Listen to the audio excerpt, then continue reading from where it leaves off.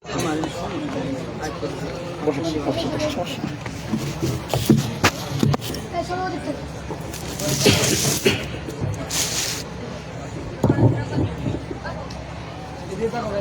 عليكم ورحمة الله وبركاته. إن الحمد لله نحمده ونستعينه ونستغفره ونعوذ بالله من شرور أنفسنا ومن سيئات أعمالنا. من يهده الله فلا مضل له ومن يضلل فلا هادي له. وأشهد أن لا إله إلا الله وحده لا شريك له. وأشهد أن محمدا عبده ورسوله. أعوذ بالله من الشيطان الرجيم. بسم الله الرحمن الرحيم.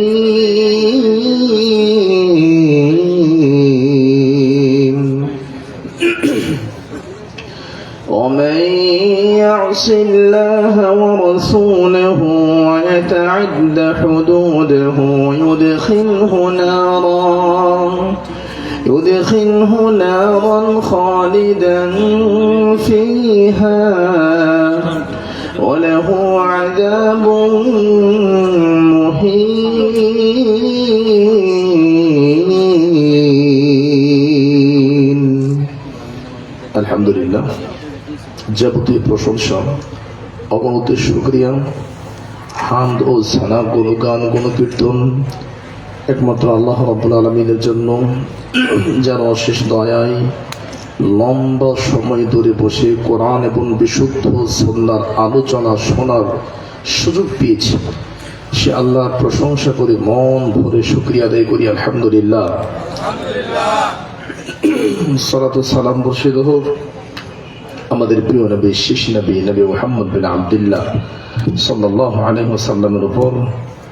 সংক্ষিপ্ত আকারে আমরা সালাতু সালাম পেশ করছি। আল্লাহুম্মা সাল্লি আলাইহি, আল্লাহুম্মা বারিক আলাইহি।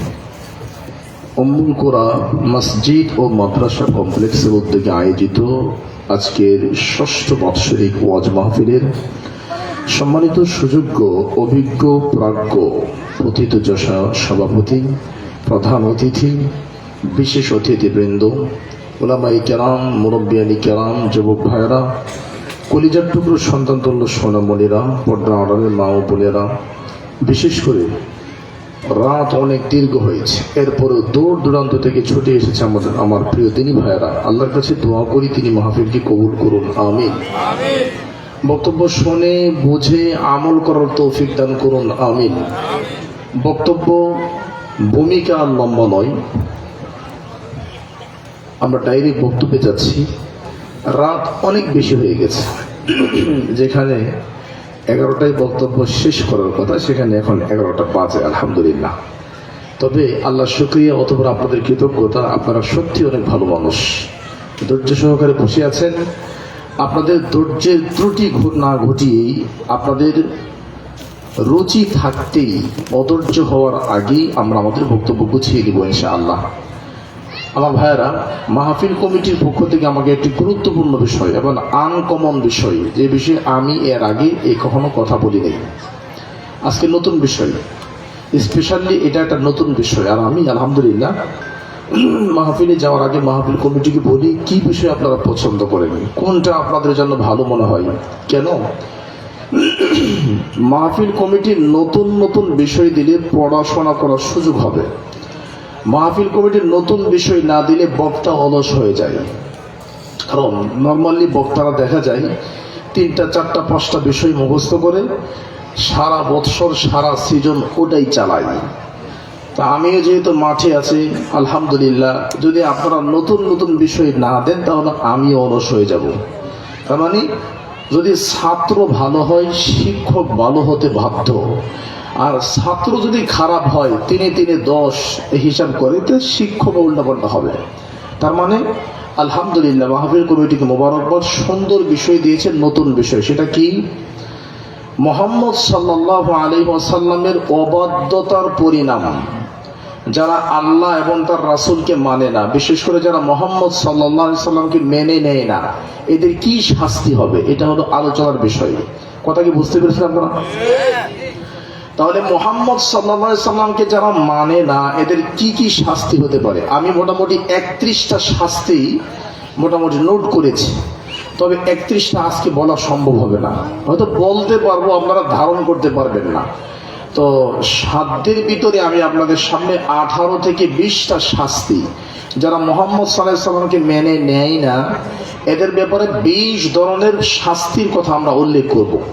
এক বাক্যে কয়েক সেকেন্ডে আমরা সেগুলো বলে দিচ্ছি, তারপরে বিস্তারিত আলোচনায় যাচ্ছি। বলে নেই দলিল নাম্বারগুলো। কোরআন কারীম 3 নম্বর পারা 13 নম্বর পৃষ্ঠা 3 নম্বর লাইন 3 নম্বর সূরা, সূরার নাম আলী ইমরান 31 নম্বর আয়াত। 2 কোরআন কারীম পারা নম্বর 3 পৃষ্ঠা নম্বর 13 লাইন নম্বর 4 সূরা নম্বর 3 সূরা আলী ইমরান আয়াত নম্বর 32। কি শাস্তি হবে, শাস্তিগুলো একটু পরে বলছি। 3 কোরআন কারীম 4 নম্বর পারা 19 নম্বর পৃষ্ঠা 2 নম্বর লাইন 4 নম্বর সূরা 14 নম্বর আয়াত। কি শাস্তি হবে একটু পরে বলছি।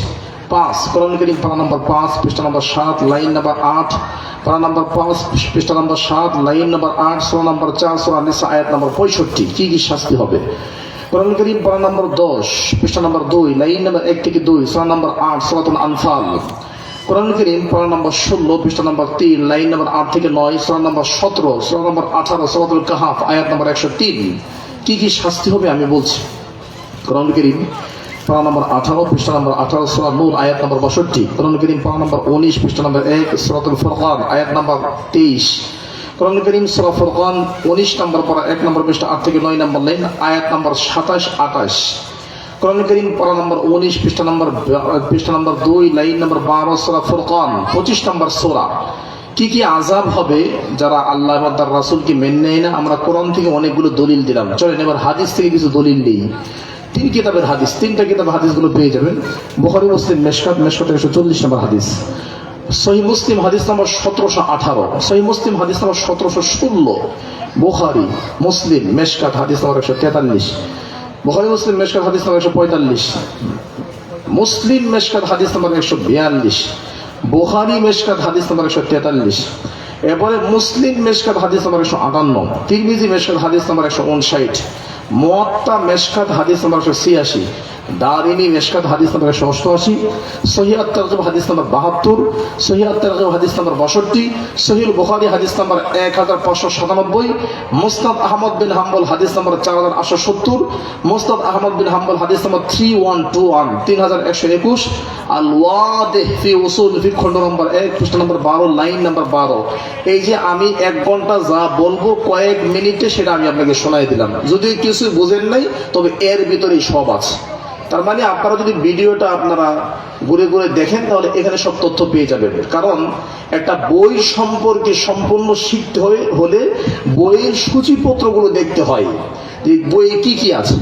সম্পূর্ণ কোরআন সম্পর্কে ধারণা নেবেন তাহলে 114টা সূরা সম্পর্কে আপনাকে জানতে হবে। তো আজকের বক্তব্য সম্পর্কে 1 ঘন্টায় কি জানবেন সেটা আমি আপনাকে 1 মিনিট 1.5 মিনিট শোনাই দিলাম। এবার শুনুন বিস্তারিত কথাই যাচ্ছে। যারা মুহাম্মদ সাল্লাল্লাহু আলাইহি সাল্লামকে মেনে নেয় না তাদের কি হবে? নাম্বার 1, মুহাম্মদ সাল্লাল্লাহু আলাইহি সাল্লামকে না মানলে আল্লাহকে পাওয়া যাবে না, আল্লাহকে সন্তুষ্ট করা যাবে না। মুহাম্মদ সাল্লাল্লাহু আলাইহি সাল্লামকে আনুগত্য করে রাসূলকে খুশি করেই আল্লাহকে সন্তুষ্ট করতে হবে। দলিল ছাড়া কথার কোনো মূল্য নেই।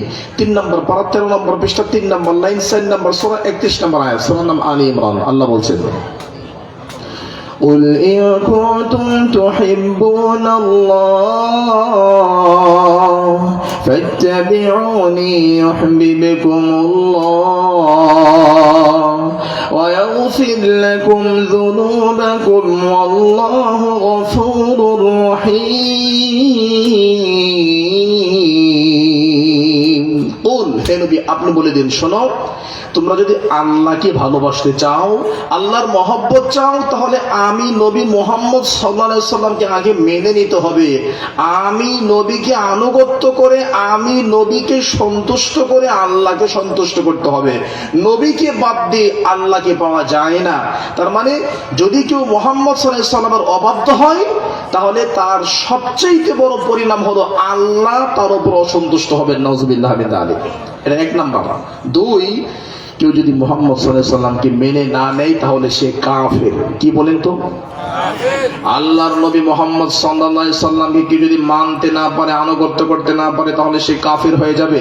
আমি বলি নাই, আল্লাহ বলছেন। দলিল কি? 3 নম্বর পারা 13 নম্বর পৃষ্ঠা 4 নম্বর লাইন, 3 নম্বর সূরা 31 থেকে 32 নম্বর আয়াত। আল্লাহ বলছেন, ফাইন তাওয়াল্লাউ ফাইন্নাল্লাহা লা ইউহিব্বুল কাফিরিন।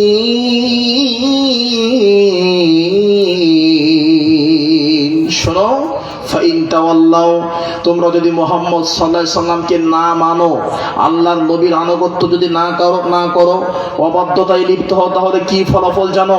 ফাইন্নাল্লাহা লা ইউহিব্বুল কাফিরিন, তাহলে তুমি কাফের হয়ে যাবে। আল্লাহ কাফেরদেরকে পছন্দ করেন না। বলবেন যে আপনি আপনার মতো করে তাফসীর করছেন। জি না, এই আয়াতের তাফসীর ইবনে কাসির মূল ভলিউম, আরবি 8 খণ্ডের 2 নম্বর খণ্ড 35 নম্বর পৃষ্ঠা 22 নম্বর লাইন। এই আয়াতের তাফসীর ইবনে কাসির মূল ভলিউম, আরবি 8 খণ্ডের 2 নম্বর খণ্ড 35 নম্বর পৃষ্ঠা 22 নম্বর লাইন খোলেন। ইমাম ইবনে কাসির রাহিমাহুল্লাহ বলছেন, আল্লাহকে পেতে হলে, আল্লাহকে খুশি করতে হলে মুহাম্মদ সাল্লাল্লাহু আলাইহি সাল্লামকে আনুগত্য করেই করতে হবে।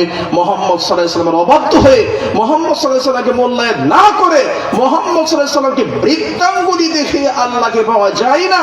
এটাই হলো কোরআন কারীমের আয়াতের তাফসীর। সুবহানাল্লাহ। যেমন আমি আপনাকে কিছু সহজে বোঝাই, আমাদের ডক্টর মাহবুবুর রহমান ভাই, আল্লাহ তাকে নেক হায়াত দান করুক, আমিন। এই মাহফিলের পৃষ্ঠপোষক। মনে করেন কথার কথা, আপনি রাস্তা দিয়ে হাঁটছেন, হাঁটার পরে ছিনতাইকারী আপনাকে ধরেছে। আপনি বললেন যে ভাই আপনি আমার কি ছিনতাই করবেন?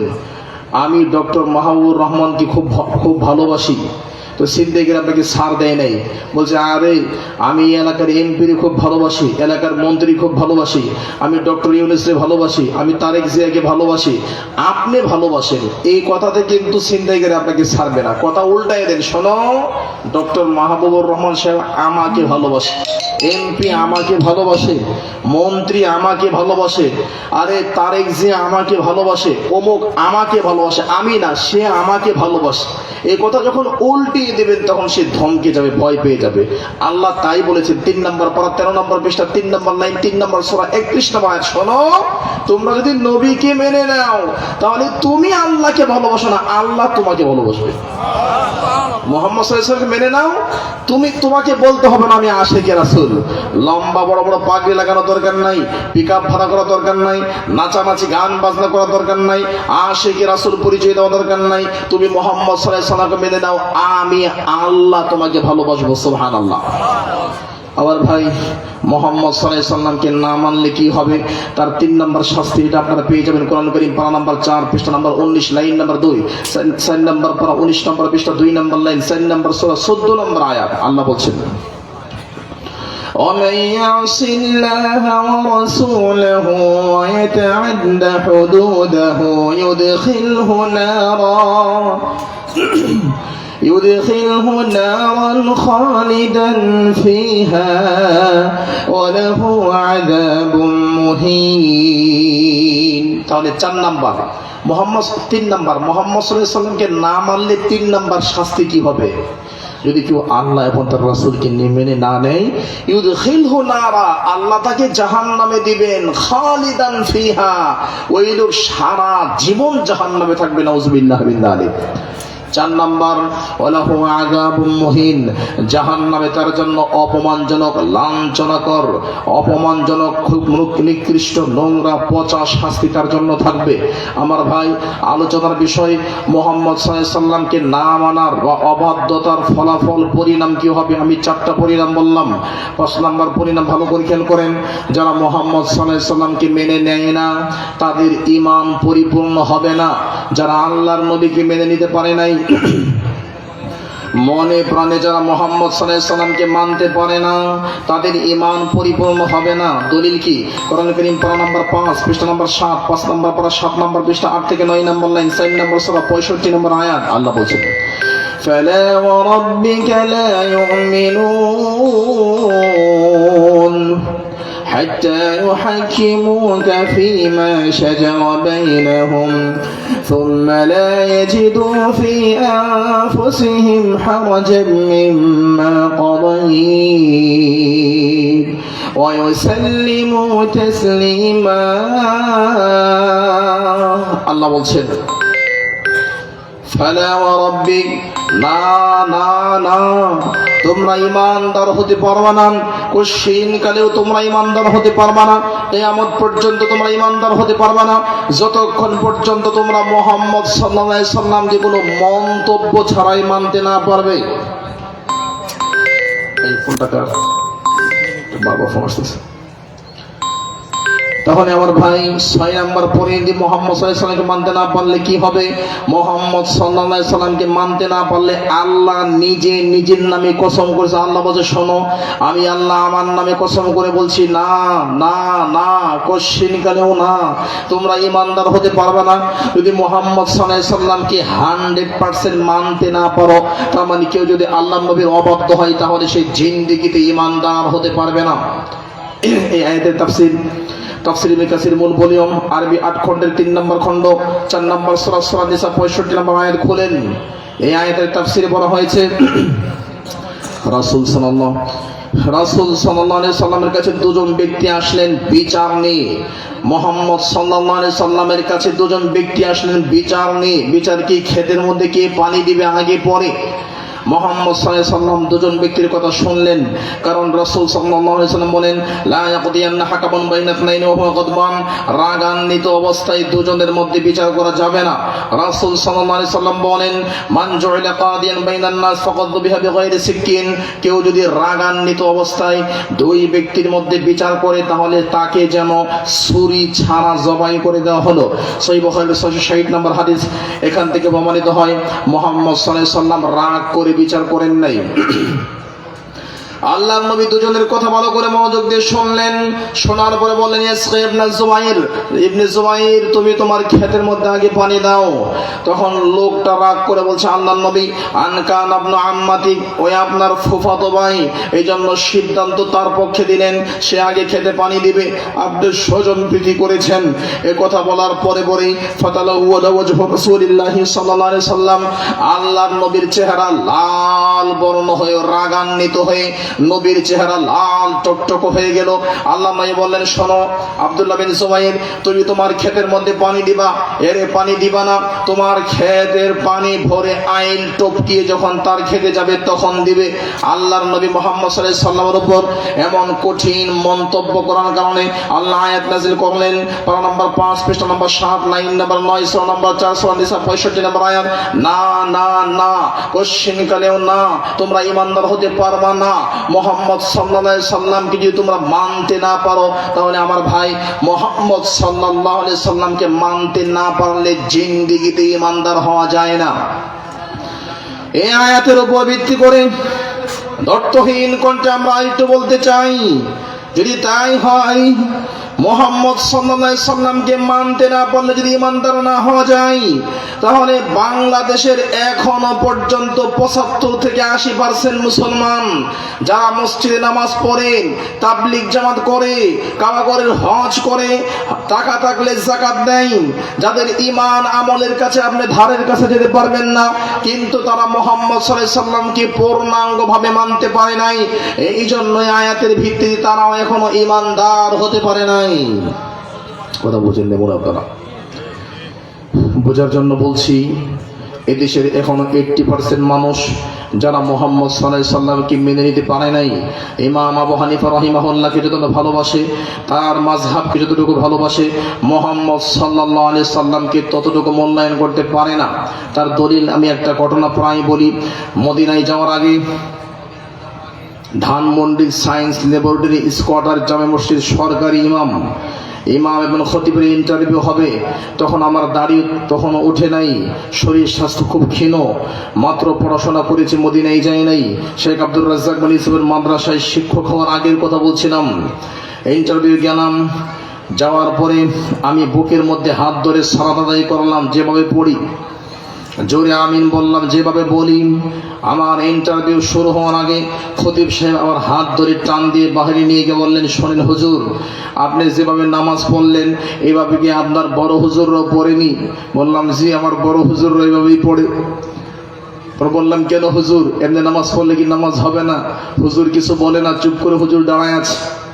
আমি বললাম, শোনেন, চাকরি হবে কিনা জানি না, তবে একটা দাওয়াত দিয়ে যাই। আপনি পড়াশোনা কোথায় করেছেন? উনি বলল, আমি বাংলাদেশের সবচেয়ে বড় মাদ্রাসা হাট হাজারি মাদ্রাসা থেকে পড়াশোনা করেছি। আমি বললাম, আমি একটা সহিহ বুখারী থেকে দলিল দেব। আমি যেই সহিহ বুখারী থেকে দলিল দেব ওটা মিশরের বুখারী না। মিশর থেকে বুখারী প্রিন্ট হয়, সৌদি আরব থেকে বুখারী প্রিন্ট হয়, লেবানন, জর্ডান, কাতার, কুয়েত থেকে বুখারী প্রিন্ট হয়। আমি সৌদি আরব, কাতার, কুয়েত, লেবানন, জর্ডানের বুখারী দিয়ে দলিল দেব না। আপনি হয়তো বলবেন যে এখানে জালিয়াতি করছেন, আপনারা আহলে হাদিস জালিয়াতি করেছেন। আমি একটা বুখারী শরীফ থেকে দলিল দেব, যেই দলিলটা আপনাদের সহিহ বুখারী দেওবন্দ থেকে প্রিন্ট হয়। বাংলাদেশে লক্ষ লক্ষ ছাত্র পড়ে, হাজার হাজার মুফতিরা পড়ায়, ওই বুখারী থেকে দলিল দিলে মানবেন? হুজুর কিছু বলে না, চুপ করে দাঁড়ায় আছেন। বলতে বলতে ওনাকে বললাম, এই যে পায়ে পা কাঁধে কাঁধ লাগানো সম্পর্কে জানতে চাইলেন। সহিহুল বুখারী ভারতের দেওবন্দের প্রিন্ট মূল ভলিউম 1 নম্বর খণ্ড 100 নম্বর পৃষ্ঠা 21 নম্বর লাইন 76 নম্বর অধ্যায় 716 নম্বর হাদিস। সহিহ বুখারী দেওবন্দের প্রিন্ট মূল ভলিউম 1 নম্বর খণ্ড 100 নম্বর পৃষ্ঠা 21 নম্বর লাইন 76 নম্বর অধ্যায় 716 নম্বর হাদিস। বাবু ইলজাকুল মানকিব বিল মানকিব ওয়াল কদম বিল কদম ফিস সাফি। সালাতে পায়ে পা কাঁধে কাঁধ লাগায় নামাজ পড়তে হবে। হাদিস পেয়েছেন, চুপ করে শুনছে। এবার এভাবে সালাত পড়েছি। সহিহ বুখারী দেওবন্দের প্রিন্ট মূল ভলিউম 1 নম্বর খণ্ড 102 নম্বর পৃষ্ঠা 19 নম্বর লাইন 87 নম্বর অধ্যায় 731 নম্বর হাদিস। এরপর রফউল ইয়াদাইন করা সম্পর্কে জানতে চেয়েছেন। সেই বুখারী আপনাদের দেওবন্দের প্রিন্ট মূল ভলিউম 1 নম্বর খণ্ড 102 নম্বর পৃষ্ঠা 1 নম্বর লাইন 83 নম্বর অধ্যায় 726 থেকে 30। এরপরে জোরে আমিন সম্পর্কে জানতে চেয়েছেন। সহিহুল বুখারী দেওবন্দের প্রিন্ট মূল ভলিউম 1 নম্বর খণ্ড 106 নম্বর 1 নম্বর খণ্ড 108 নম্বর পৃষ্ঠা 6 নম্বর লাইন 113 নম্বর অধ্যায় 774 নম্বর হাদিস। এই সবগুলো তথ্য ওনাকে দেওয়ার পরে চুপ করে শুনলেন আর বললেন, সবই তো ঠিক আছে, কিন্তু আমাদের মাযহাবে যে নাই। এবার আমি আপনাকে আয়াত বোঝাচ্ছি। কোরআন কারীম পারা নাম্বার 5 পৃষ্ঠা number 7 line number 6 line number 9 4 নম্বর সূরা সূরা নিসা 65 নম্বর আয়াত। না না না, ঈমানদার হতে পারবা না যদি মুহাম্মদ সাল্লাল্লাহু আলাইহি সাল্লামের বক্তব্য শোনার পরে মন্তব্য করো। এতগুলো দলিল দেওয়ার পরে দেওবন্দ থেকে এতগুলো দলিল দেওয়ার পরে হাট হাজার থেকে ফারেক হওয়া এত বড় মুফতি, সরকারি মসজিদ ইমামুল খতিব, উনি বললেন সবই ঠিক আছে, আপনার কথা কিন্তু আমাদের মাযহাবে নাই। এই কথা বললে কোরআনের আয়াত বলছে ঈমানই থাকে না। যদি তাই হয় তাহলে মুহাম্মদ সাল্লাল্লাহু আলাইহি সাল্লামের কথাকে কেউ যদি ফেলায় দেয় তার ঈমান থাকে না। এটাই যদি হয়ে থাকে তাহলে এই দেশের এখনো পর্যন্ত 70 থেকে 80% হুজুরের ঈমান ঠিক নাই। সাধারণ মানুষ তো অনেক দূরের কথা। আমার ভাই বারাক্রান্ত হৃদয়ে আমি আপনাকে বোঝাতে চাই, এইভাবে কথা বললে হয় না, এইভাবে ঈমান আনলে হয় না।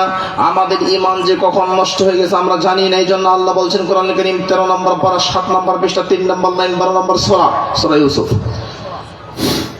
وَمَا يُؤْمِنُ أَكْثَرُهُم بِاللَّهِ إِلَّا وَهُمْ مُشْرِكُونَ।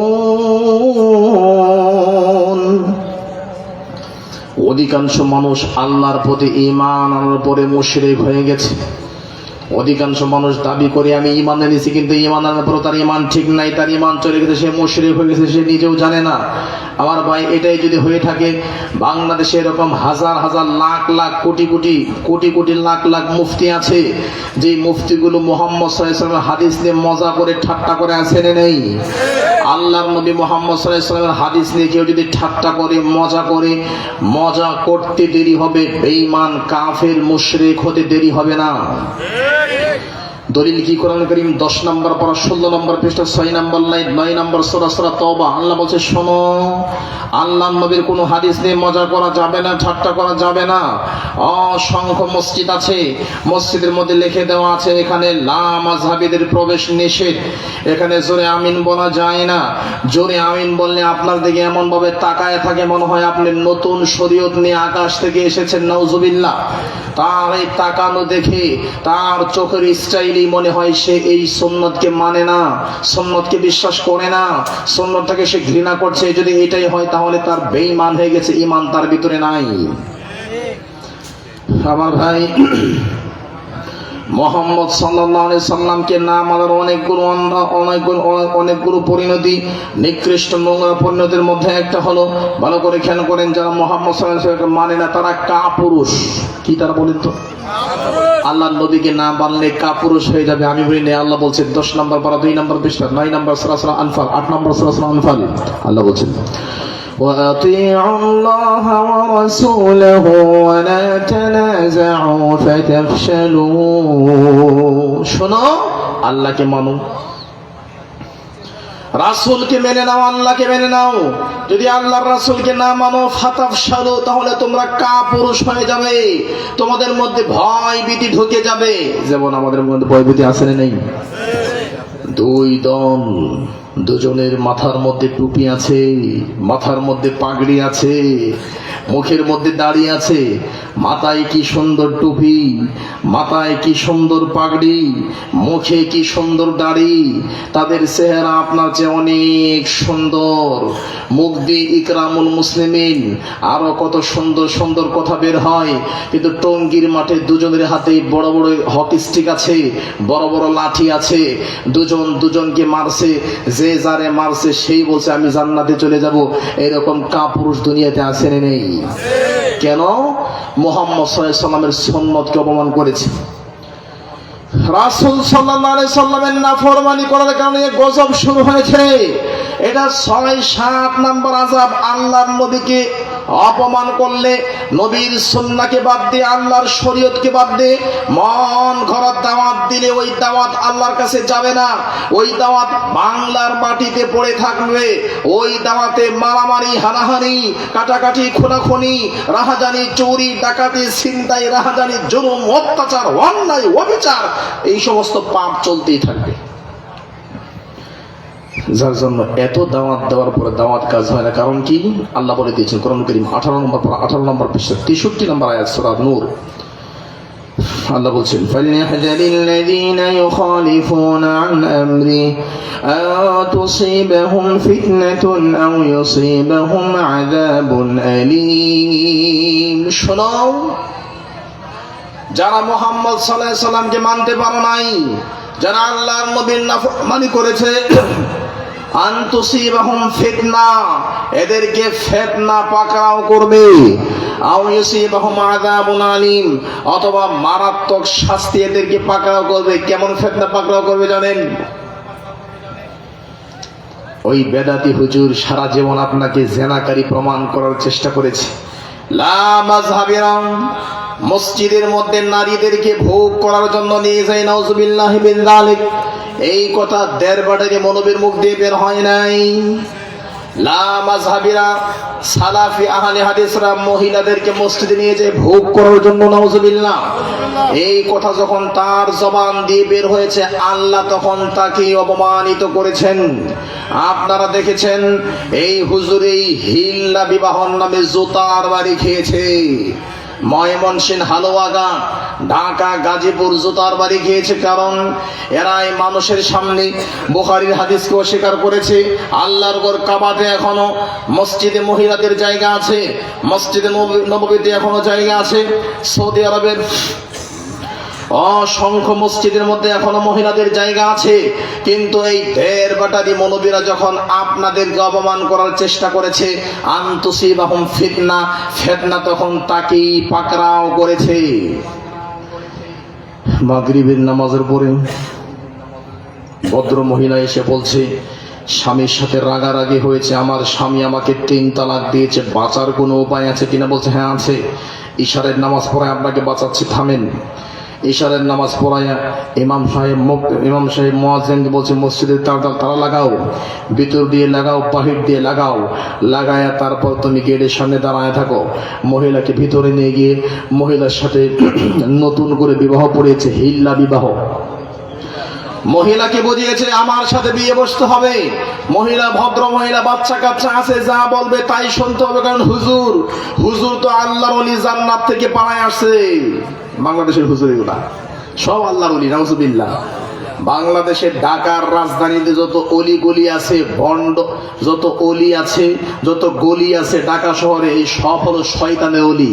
ঢাকাতে যেমন গলির অভাব নাই, এরকম বাংলাদেশের অলির অভাব নাই। বাংলাদেশের অলি কেমনে? যত মদ খাওয়া যায় তত বড় আল্লাহর অলি হওয়া যায়, আছে না নেই? আমার ভাই, এই ভণ্ড হুজুর যখন বলে ফেললো এই কথা, তখন ভদ্র মহিলা তার সাথে বিবাহ বন্ধনে আবদ্ধ হলো। বিবাহ বন্ধনে আবদ্ধ হওয়ার পরে মসজিদের সিঁড়ির মধ্যে মহিলার সাথে জেনা করেছে, বাসর রাত করেছে, নাউজুবিল্লাহ মিন যালিক। কেন এই ঘটনা কেন বললাম? 18 নম্বর পৃষ্ঠা 63 নম্বর আয়াত, 62 থেকে 63 নম্বর আয়াত সূরা নূর। আল্লাহ বলছে আনতুসিবাহুম ফিতনা, তাদেরকে ফিতনা পাকড়াও করবে। এটা বড় ফিতনা। এরা সালাফি আহলে হাদিসদেরকে ফিতনায় ফেলে দেখে নিজেই ফিতনার মধ্যে পড়ে গেছে। আমার ভাই, আমাদের কষ্ট হচ্ছে, লিল্লাহি তাকবীর। তাহলে চলেন 8 নাম্বার, মুহাম্মদ সাল্লাল্লাহু আলাইহি সাল্লামকে না মানলে 8 নাম্বার কি হবে? 8 নাম্বার যে আমলগুলো আপনি করবেন, কোন আমল আল্লাহ ওজনই করবেন না, আগে ফেলাই দেবেন। কথা বুঝেন নাই? আপনি বাইং মাছ নিয়ে গেছেন 1400 টাকা দিয়ে, আপনার বউ খুব পছন্দ করে। বাইং মাছ আপনার বউ খুলেই দেখে নাই, ব্যাগ খুলেই নাই, আগেই আপনার চেহারার মধ্যে ফেলাই দিছে। বউরে তালাক দেবেন, নানি শাশুড়ি দাদি শাশুড়ি সব তালাক, কারণ মিজাজ তো এখন মিজাজ নাই।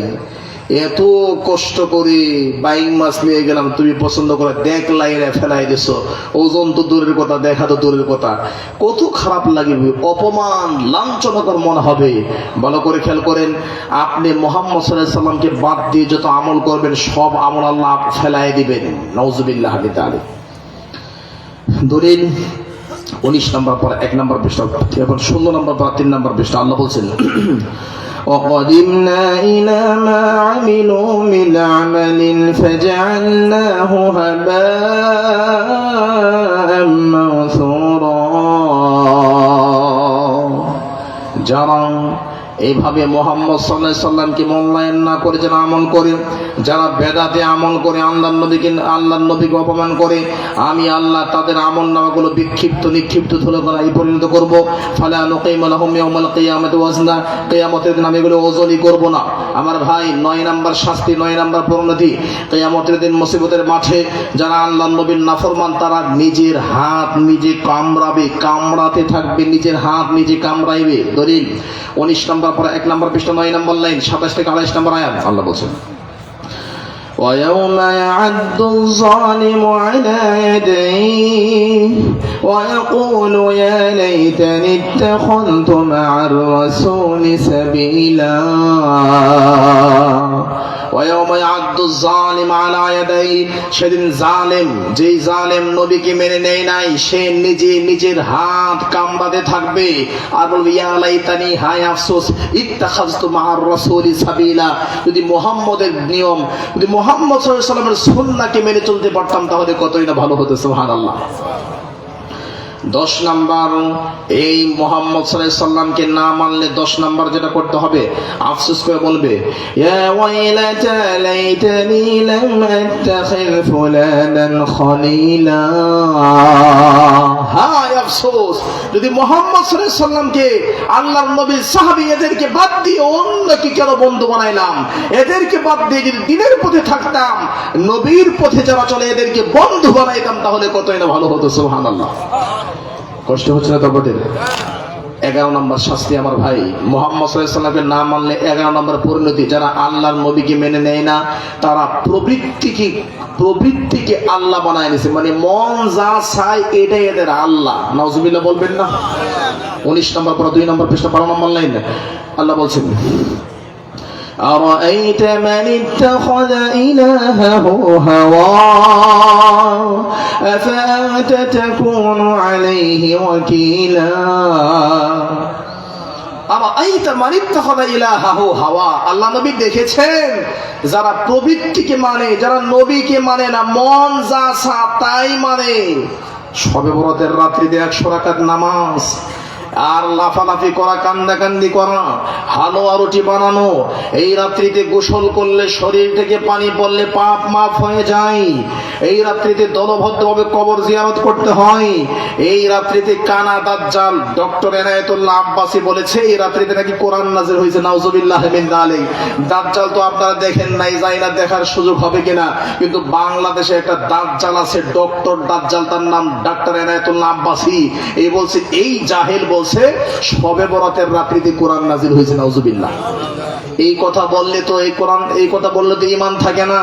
এতদিন বলছে বউ তালাক, অমুক তালাক, তমুক তালাক। যদি ডাক্তার এনায়েতুল্লাহ আব্বাসীর বউয়ের বিশ্বাস হয় যে আল্লাহ কোরআন নাযিল করছে লাইলাতুল কদর রমজানে, আর এনায়েতুল্লাহ আব্বাসী যদি জাতির সামনে তওবা না করে আকীদায় না আসে, তাহলে আজকে থেকে তার বউয়ের সাথে রাতের বেলা ঘুমানো হারাম হয়ে যাবে। কারণ বউ তালাক। কারণ তালাক কি? আল্লাহ কোরআনের 3টা আয়াত, 25 নম্বর পর 14 নম্বর পৃষ্ঠা, পারা নাম্বার 25 পৃষ্ঠা নম্বর 14, লাইন নাম্বার 14, সূরা দুখান 2 থেকে 3 নম্বর আয়াত, পারা নাম্বার 30 পৃষ্ঠা নম্বর 19 সূরা কদর, কোরআন কারীম পারা নাম্বার 2 পৃষ্ঠা নম্বর 7, লাইন নাম্বার 2 থেকে 3, 2 নম্বর সূরা আল-বাকারা 185 নম্বর আয়াত। এতগুলো আয়াতে আল্লাহ বলছে আমি কোরআন নাযিল করেছি রমজান মাসে লাইলাতুল কদরে। স্পষ্ট আয়াত থাকার পরে কেউ যদি বলে আল্লাহ এই শবে বরাতের রাত্রিতে কোরআন নাযিল করেছে, ঈমান থাকবে? এর চেয়ে বড় দাজ্জাল দুনিয়াতে কেউ আছে? ও বললেন, দাজ্জাল বললেন দলিল কি? সহিহ মুসলিমের হাদিস, আমি বলি নেই। আল্লাহ নবী বলছেন ইয়াকুনু ফি আখিরিজ জামানি দাজ্জালুনা কাজ্জাবুন, আখিরি জামানায় কিছু দাজ্জাল আসবে, আমি বলি নেই। কে বলছে? মুহাম্মদ সাল্লাল্লাহু আলাইহি সাল্লাম। ইয়াকুনু ফি আখিরিজ জামান, আখিরি জামানায় আসবে দাজ্জালুনা, দাজ্জাল কোয়ালিটির মানুষ, কাজ্জাবুনা মিথ্যুক, ইয়াতুনাকুম মিনাল আহাদিস, তারা তোমাদের কাছে এমন এমন হাদিস নিয়ে আসবে, বিমা লাম তাসমাউ আনতুম ওয়ালা আবাউকুম, যে হাদিস তোমরা তো শোনো নাই, তোমাদের বাপ দাদা 14 গোষ্ঠীর হাদিস শুনে নাই। ফাইয়াকুম ওয়া ইয়াহুম, এদের থেকে দূরে থাকো। লা ইউদিল্লুনাকুম ওয়া লা ইফতিনুনাকুম, এরা তোমাদেরকে পথভ্রষ্ট করে ছাড়বে। নাউজুবিল্লাহ মিন যালিক। টিস্যু নাই না? টিস্যু দরকার ছিল। আমার ভাই, আমি আপনাদের সামনে কয়টা বললাম? 11টা। 12 নাম্বার পরিণতি, ভালো করে খেয়াল করতে হবে। 12 নাম্বার আছে, পকেটে আছে। 12 নাম্বার পরিণতি, যারা আল্লাহ এবং তার রাসূলকে মেনে নেয় না, যারা আল্লাহ এবং তার রাসূলকে মেনে নেয় না, বা যারা রাসূলের অবাধ্য হয়, এদেরকে আল্লাহ জাহান্নামে ফেলাবেন। কিন্তু কেমনে ফেলাবেন জানো? উল্টিয়ে ফেলাবেন। পাছা থাকবে উপরে, মাথা থাকবে নিচে। এটা খুব সম্মান না? এটা খুব সম্মান নাকি? জোরে বলেন। পাছা থাকবে উপরে, মাথা থাকবে নিচে। এটা হলো যারা রাসূলের নাফরমানি করে। দলিল কি? কোরআন কারীম 22 নম্বর পারা নাম্বার 22 পৃষ্ঠা নম্বর 6, লাইন নাম্বার 6, পারা নাম্বার 22 পৃষ্ঠা নম্বর 6, লাইন নাম্বার 6, সূরা নাম্বার 33 আয়াত নাম্বার 66। আল্লাহ বলছেন ইয়াউমা তুকাল্লামু ওজুহুহুম ফিন-নার ইয়াকুলুনা ইয়া লাইতানা আতা'না আল্লাহা ওয়া আতা'না আর-রাসূলা। সেদিন তাদেরকে উল্টিয়ে মাথা নিচে নিতম্ব উপরে এভাবে উল্টিয়ে তাদেরকে জাহান্নামে ফেলানো হবে। তখন এই নাফরমানরা বলবে ইয়া লাইতানা, হায় আফসোস, আতা'না আল্লাহ ওয়া আতা'না আর-রাসূলা, যদি দুনিয়াতে আল্লাহ এবং রাসূলকে মানতে পারতাম তাহলে কতই না ভালো হতো। তখন এই নাফরমানরা বলবে আল্লাহ আমাদেরকে জাহান্নামে দিবেন দেন, কিন্তু যেই মৌলবীরা আমাদেরকে পথভ্রষ্ট করেছে, যেই দেওবন্দি হুজুর, যেই করাচি থেকে পড়াশোনা করে আসা হুজুর, যেই মুফতি মুহাদ্দিস মুনাজিরে জামান, এত বড় হুজুর, এরা যারা আমাদেরকে পথভ্রষ্ট করেছে, আল্লাহ এদেরকে আপনি ডাবল আযাব দিতে হবে, কারণ এরা আমাদেরকে পথভ্রষ্ট করেছে। নাউজুবিল্লাহ মিন যালিক। যেমন আপনারা দেখেছেন জৈনৈক হুজুর, যাদের কণ্ঠের সামনে মনে হয় নূর বেশ ভাসতেছে, যাদের কণ্ঠের উপর ভিত্তি করে শাপলা চত্বরে বহু মানুষ জীবন দিয়েছে, এরাই নেতৃত্বের জন্য, ক্ষমতার জন্য বলছে আমরা যদি ক্ষমতায় আসতে পারি আমরা মাজার ভাঙবো না, মাজার গড়ব। শুনেন নেই? এই পবিত্র বক্তব্য শোনেন নাই আপনারা? আমরা যদি ক্ষমতায় যেতে পারি আমরা মাজার ভাঙবো না, আমরা মাজার বানাবো, আমরা মাজারের উপর আক্রমণ করব না, মাজারের সেফটি নিরাপত্তা নিশ্চিত করব। বিবরণে বোঝা যায় আল্লাহু আলাম এরা দিন দুনিয়া পাওয়ার এরা দুনিয়া পাওয়ার জন্য, ক্ষমতা পাওয়ার জন্য একটা শিরকি কার্যালয়কে তারা সাপোর্ট দিবে। কিন্তু দুঃখিত হলাম, বারাক্রান্ত হলাম, হৃদয়ে রক্তকরণ হলো, কষ্ট হলো। 5ই আগস্টের পর থেকে এই পর্যন্ত বহু সালাফি মসজিদকে ভেঙে দেওয়া হয়েছে, বহু সালাফিদেরকে রক্তাক্ত করা হয়েছে। এখনো পর্যন্ত কোন দল, ইসলামী দলের কথা বলে নাই যে যা হোক হয়েছে শোনেন। আমরা আপনাদেরকে বলছি, আমরা যদি ক্ষমতায় যেতে পারি তাহলে আমরা সালাফি মসজিদের, আমরা যদি ক্ষমতায় যেতে পারি আমরা সালাফি মসজিদগুলোকে নিয়ন্ত্রণ করব, আমরা সালাফি মসজিদকে সংরক্ষণ করব। আর কোন আল্লাহর বান্দা সালাফি আহলে হাদিস মসজিদ আক্রমণ করতে পারবে না, অন্ততপক্ষে এইটুকু কথা বলতে পারে না। তারা বলছে মন্দির এবং মাজারকে আমরা কন্ট্রোল করব, দেখব, সেভ করব, কিন্তু এটা বলে না। কেন বলে না জানেন? কারণ তারা জানে যতই বলুক আহলে হাদিসরা এই ডেমোক্রেসি, এই যে government of the people, by the people, for the people, এই হারাম রাজনীতির দিকে গিয়ে ভোট দিবে না, এই জন্য তারা বলেও না। আমার ভাই, বৃষ্টি যেদিকে যাবে ছাতা সেদিকে ধরবে, এটাই হলো এই বাঙালির নীতি। আমি 12টা বললাম, 12টা নাফরমানির বৈশিষ্ট্য, 12টা আল্লাহ নবীর নাফরমানি করলে 12টা আযাব, 12টা শাস্তি। 13 নম্বর গুনেন, নবীকে না মানলে কোনো আমল কবুল হবে না। এখন দ্রুত গুনেন, খুব দ্রুত বলতে সময় খুবই কম। নবীর নাফরমান হলে কোনো আমল কবুল হবে না। দলিল বুখারী মুসলিম মিশকাত 140 নম্বর হাদিস। এই হাদিস সবাই আপনারা জানেন। মান আমিলা আমালান লাইসা আলাইহি আমরুনা ফাহুয়া রাদ্দুন। যারা দিনের মধ্যে এমন কিছু নতুন আবিষ্কার করে যেটা দিনের মধ্যে নাই, সেটা আল্লাহ ডাস্টবিনে ফেলাই দিবেন, নাউজুবিল্লাহ।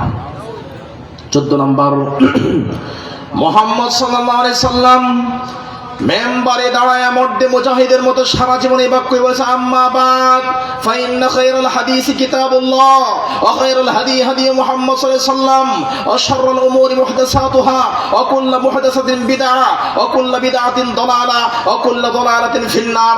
এই কথা মুহাম্মদ সাল্লাল্লাহু আলাইহি সাল্লাম মসজিদ নববীর মেম্বারে দাঁড়ায় মর্দে মুজাহিদের মতো বলেছে, কিন্তু এই কথা আমাদের বাংলাদেশের মৌলবীদের মুখ দিয়ে বের হয় না। এই জন্য এরাই হলো বেদাত এবং নবীর নাফরমানির সবচেয়ে বড় আবিষ্কারক। 15 নম্বর, ভালো করে খেয়াল করেন, 15, 16, 17 তিনটা একসাথে বলতেছি। দলিল বুখারী মুসলিম মিশকাত, সহিহ বুখারী মিশকাত 142 নম্বর হাদিস। আবগাদুন নাসি ইলাল্লাহি সালাসা, আল্লাহর কাছে সবচেয়ে জঘন্য, নগণ্য, নিকৃষ্ট, নোংরা, পচা, কুকুরের চেয়ে খারাপ, শুয়োরের চেয়ে খারাপ। আল্লাহর কাছে সবচেয়ে জঘন্য, নগণ্য, নিকৃষ্ট, নোংরা, কুকুর, শুকর, শ্রীগদের চেয়ে খারাপ 3 শ্রেণীর মানুষ। এক, মুলহিদুন ফিল হারাম, যারা মক্কা মদিনার হারামের সীমানায় বাড়াবাড়ি করে। আমাদের মধ্যে বাড়াবাড়ি আছে না নেই? রিয়াদ, ওয়াদি, দাওয়াসির থেকে তারাবির নামাজ পড়ে মদিনায় আসলাম, ঈদের দিন মদিনায় আসলাম, এসে বললাম যে ব্যাপার কি? রমজানেও দেখে গেলাম এগুলো সব ফাঁকা আছে, নবীর কবর কেন্দ্রিক, এখন এগুলো ব্যারিকেড দিছে কেন? বলছে আর বলিয়েন না, বাংলাদেশের আবেগী হুজুররা, মানুষরা আয়সা নবীর কবর যে কি মনে করে এখানে শিরিক করতে চায়, এই জন্য এটা ব্যারিকেড দিয়ে দিছে। আর এক পাগল নবীর কবরের কাছে গিয়ে দোয়া করছে, সৌদি পুলিশ তার হাত ছাড়াই দিছে, বলছে এখানে দোয়া করা যাবে না, তুই আল্লাহর কাছে দোয়া কর। এই পাগল লাইভে গিয়ে ছাতার নিচে দাঁড়ায় মোহাম্মদ বিন সালমানের নামে অভিশাপ দিচ্ছে আর পুলিশের নামে অভিশাপ দিচ্ছে। 3 ধর্ম কিছু বোঝে না বলেই তো বেদাতেরই অবস্থা। তাহলে আমার ভাই, আমি বলছিলাম 15, 16, 17, 15 নম্বর কি? মুলহিদুন ফিল হারাম, যারা হারামের সীমানায় বাড়াবাড়ি করে আছে নেই। 2 নম্বর, মুবতাগিন ফিল ইসলাম সুন্নাতাল জাহিলিয়া, যারা কোরআন এবং সুন্নাহ পাওয়ার পরে জাহিলি যুগের নিয়ম নীতি কামনা করে। আমার ভাই, এটা কোরআনে আছে, এটা হাদিসে আছে। 1 ডজন দলিল দেওয়ার পরে যারা বলে সবই ঠিক আছে, মাযহাবে নাই, সবই ঠিক আছে, আমাদের বড় হুজুর করে নাই, আল্লাহর নবী বলছে এটা হলো সবচেয়ে বড় জঘন্য, নগণ্য, নিকৃষ্ট, নোংরা, এটা কুকুর, ছাগল, শুয়োরের চেয়ে খারাপ। নাউজুবিল্লাহ বলবেন না? এরপরে আমার ভাই, যারা মুহাম্মদ সাল্লাল্লাহু আলাইহি সাল্লামকে মানে না তাদের জান্নাতে যাওয়া হবে না। কোথায় যাওয়া হবে না? দলিল বুখারী মুসলিম 143 নম্বর হাদিস, কুল্লু উম্মতি ইয়াদখুলুল জান্নাহ ইল্লা মান আবা, আমার উম্মতের সবাই জান্নাতে যাবে, তবে যারা আবা তারা যাবে না। আবা কারা গো? আল্লাহ নবী আবা কি বুঝলাম না, বোঝো নাই? মান আতাআনি দাখালাল জান্নাহ, যারা আমাকে মানে তারা জান্নাতে যাবে। আমান আসানি ফাকাদ আবা, যারা আমার অবাধ্য হয় এরাই হলো আবা, আর যারা আবা এরাই যাবে জাহান্নামে। কয়টা গেল? 18টা। কষ্ট হচ্ছে আপনাদের? 19 নাম্বার, এই বাচ্চারা আওয়াজ হবে না। 19 নাম্বার আমার ভাই, যারা মুহাম্মদ সাল্লাল্লাহু আলাইহি সাল্লামকে মানে না তারা ইহকালেও কানা পরকালেও কানা। কথা বলেন কি? যারা মুহাম্মদ সাল্লাল্লাহু আলাইহি সাল্লাম নাফরমানি কি করে, তারা কি ইহকালেও কানা? কানা বুঝেন কি বলেন তো? 15 নম্বর 8 নম্বর পৃষ্ঠা 72 নম্বর আয়াত সূরা বনী ইসরাঈল। আল্লাহ বলছেন, ومن كان في هذه أعمى فهو في الآخرة أعمى, যারা নবীর নাফরমানি করে তারা ইহকালে অন্ধ পরকালে অন্ধ। এই আয়াত শুনলে তো যারা বাংলাদেশের কানা মানুষ আছে অন্ধ, এরা সবাই কালকে শাপলা চত্বরে যাবে অথবা টিসিতে গিয়ে এরা সবাই আন্দোলন করবে, আল্লাহ দুনিয়াতেও কানা পরকালেও কানা। কেমন কথা করে বললেন? আসলে এই অন্ধদের ব্যাপারে আয়াত নাজিল হয় নাই, এটা বেদাতি মুফতিদের ব্যাপারে নাজিল হয়েছে। যারা দুনিয়াতে চোখ থাকলেও দেখে না, কান থাকলেও শোনে না, পড়েও বোঝে না, এরা দুনিয়াতে কানা পরকালেও এরা জাহান্নামে যাবে। নাউজুবিল্লাহ মিন যালিক। কয় নাম্বার গেল? 19 নাম্বার। 20 নাম্বার পরিণতি কোরআন কারীম 17 নাম্বার 19 নাম্বার পৃষ্ঠা। আল্লাহ বলছেন, ومن أعرض عن ذكري فإن له معيشة ضنكا ونحشره يوم القيامة أعمى, যারা মুহাম্মদ সাল্লাল্লাহু আলাইহি সাল্লামের সাথে নাফরমানি করে আমি তাদের দুনিয়ার জীবনকে সংকীর্ণ করে দিব এবং পরকালে এদেরকে জাহান্নামে নিয়ে যাব। নাউজুবিল্লাহ বলবেন না? 20 নাম্বার পরিণতি, যারা মুহাম্মদ সাল্লাল্লাহু আলাইহি সাল্লামের নাফরমানি করে এরা হাউজে কাউসারের পানি পাবে না। কি পাবে না? জোরে বলেন। আল্লাহর নবী সাল্লাল্লাহু আলাইহি সাল্লাম হাউজে কাউসারের পানি পান করাবেন। যে হাউজে কাউসার সম্পর্কে বলা হচ্ছে, শোনো, আনিয়াতুহু কাআদাদি নুজুমিস সামা, হাউজে কাউসারের পানি পান করানোর জন্য আকাশে যেমন অসংখ্য তারকা আছে, আকাশে যেমন অসংখ্য তারকা আছে, এই পরিমাণ পাত্র থাকবে, বালতি থাকবে, বদনা থাকবে, গ্লাস থাকবে, যা থাকার থাকবে। এটা দিয়ে মানুষকে পানি পান করানো হবে। পানি কেমন হবে? এই পানিগুলো দুধের চেয়ে সাদা হবে, মধুর চেয়ে মিষ্টি হবে। মানসারি বাজারা একবার পান করবে কিয়ামত পর্যন্ত আর জিন্দেগিতে তারা তৃষ্ণার্ত হবে না। এই বেদাতীরা যাবে খাওয়ার জন্য, আল্লাহ নবী খাওয়াইতে চাইবেন, নেও নেও নেও খাওয়াইতে চাইবেন, তখন পিছন দিক থেকে বলে, নবী কারে খাওয়াইতেছেন? আপনি কি জানেন এরা কারা? আমি শেষ করে দিচ্ছি, আপনাদের কষ্ট হবে, এটাই শেষ। 12টা বেজে গেছে, অনেকে বলতেছে, আমার কিছু করার নেই, 10টায় দিলে 11টায় শেষ, ফিনিশ।